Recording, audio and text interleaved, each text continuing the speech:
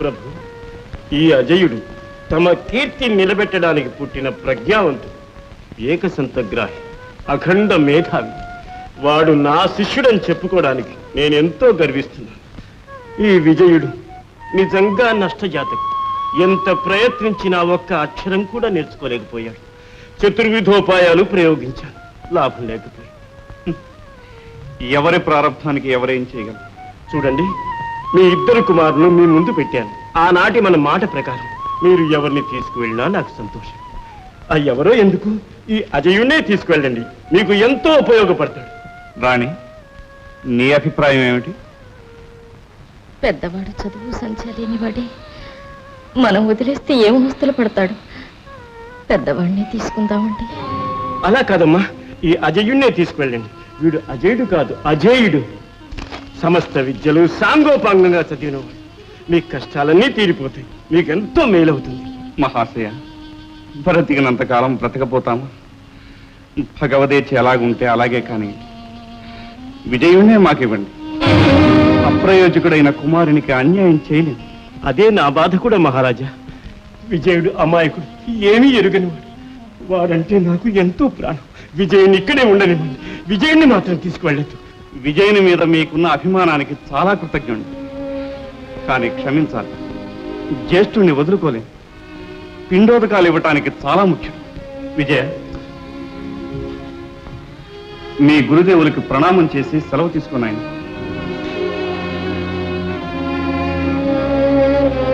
సెలవు గురుదేవా.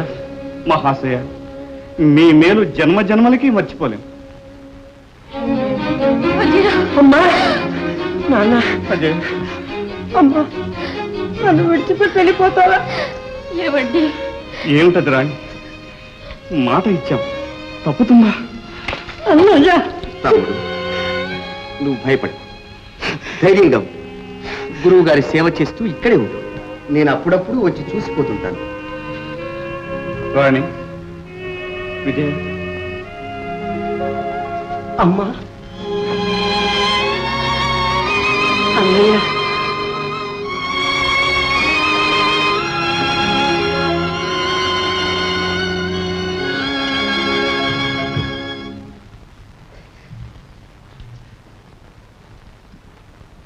గురుదేవా, వాళ్ళంతా వెళ్ళిపోయారు. నన్నేం చేయమంటారు? కుడితి పెట్టమంటారా? ఆవులకు గురుదేవా. పోయి ఇక్కడి నుంచి. నిరక్షర కూర్చి నువ్వు నాకెందుకు రా, వాడితేనే పో. పొమ్మంటారా గురుదేవా? పోరా భ్రష్ట, ఇక్కడున్నావంటే ముక్క ముక్కగా చేస్తాను. గురుదేవా, వస్తారా పూజకి? ఇంకేం పూజ, అంతా సర్వనాశనమైంది. 15 సంవత్సరాల నా తపస్సంతా భగ్నమైపోయింది. విజయుడు పారిపోయాడు. ఈ హింసా మార్గం వదిలిపెట్టి సామ మార్గం చూసుకోమని నేను ఎప్పుడో చెప్పాను. నా మాట విన్నారా మీరు? ఇప్పుడు అర్థమైంది. ఆది నుంచి నా సంకల్పానికి అడ్డు తగ్గుతున్నా. నువ్వే హెచ్చరించుంటావు. నిజం చెప్పు, నిజం చెప్పు, నిజం చెప్పు. గురుదేవా, నేను కాదు గురుదేవా, ఆ విజయుడే నిన్న రాత్రి కామరూపంలో వెళ్ళి నా తల్లిదండ్రులను హెచ్చరించాడు. విజయ, గురుద్రోహి, ఇదా నీ గురుదక్షిణ. విజయ, సర్వ విద్యలు నేర్చుకున్నాం. చేయిజారిపోయిన మన సామ్రాజ్యాన్ని తిరిగి సంపాదించవలసిన బాధ్యత ఇక నీది. తమ్మును కూడా వెంట తీసుకుని వెళ్ళి కార్యాన్ని సాధించుకురండి. నాన్నగారు, మిమ్మల్ని ఈ పరిస్థితుల్లో వదిలి వెళ్ళటానికి నా మనసు ఒప్పటం లేదు. వెళ్ళక తప్పదు నాయన. కానీ ఒక్క మాట, లోకం తీరు నీ వెరగవు. నమ్మిన వాళ్లే ద్రోహం చేస్తారు. అవును నాయన, ఎంతో పెద్ద మనిషి అనుకుని గుర్రాల వర్తకుడు గౌరయ్యకు మీ నాన్నగారు నా నగలన్నీ దాచమనిచ్చారు. అన్నీ తీసుకుని లేవు పొమ్మన్నాడు. అలాంటి గోముఖ వ్యాఘ్రాలున్నారు. వాళ్ళ విషయంలో కాస్త జాగ్రత్తగా ఉంది. వెళ్ళిరండి. మాకు జయం కలగాలని మీరు ఉభయలు దీవించండి. భగవంతుడు మీకు విజయం చేకూరుస్తాడు.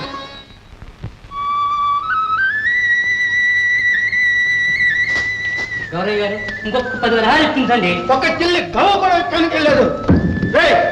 తీసుకెళ్ళి తేవలో కట్టాడు గుర్రాలు తీసుకెళ్ళండి, తీసుకెళ్ళండి.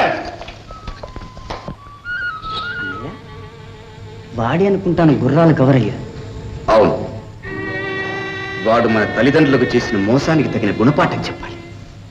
తమ్ముడు, నేను గుర్రాన్ని అవుతాను. నన్ను వాడికి అమ్మి ఆ డబ్బు తీసుకెళ్ళి అమ్మా నాన్నకి ఇవ్వు.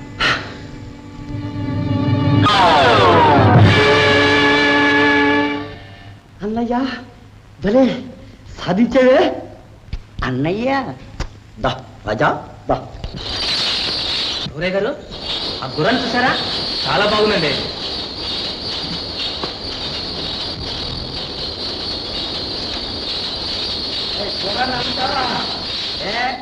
కొంటావా? కొంటా. 20,000 వరహాలు. ఈ గుర్రం 20,000 వరహాలా? నీకేమైనా పిచ్చెక్కిందా? ఏ ఈ గుర్రం ఏమనుకున్నావు రాజా? సామాన్యమైన గుర్రం అనుకున్నావా? భరతనాట్యం చేస్తుంది నాట్యం. ఏది ఆడించో చూద్దాం. ఇది ఆడించి చూద్దాం. ఇది ఆడితే నువ్వు కూడా ఆడాలి. రైట్ పట్టుకోరా.